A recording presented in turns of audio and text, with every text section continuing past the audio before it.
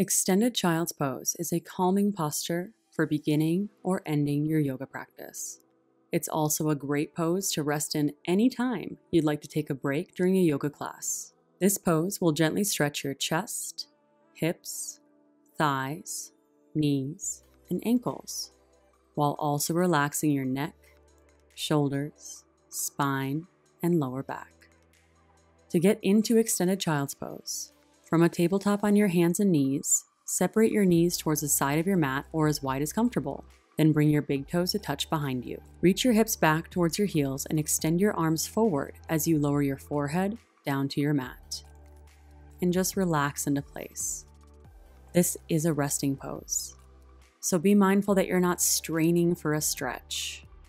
Relax your hands, shoulders, even your face, and feel the muscles in your body soften as you breathe.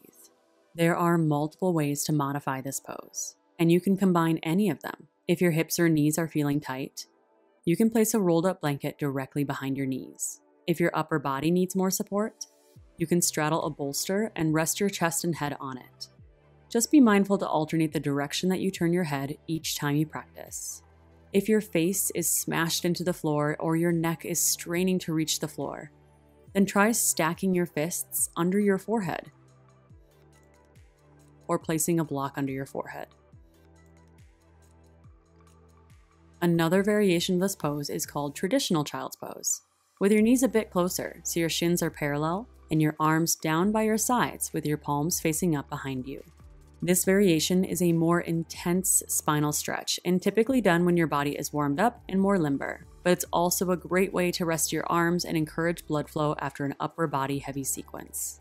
Either variation of Child's Pose is done quite often in yoga to calm you and ground you. So find the position that feels best for you.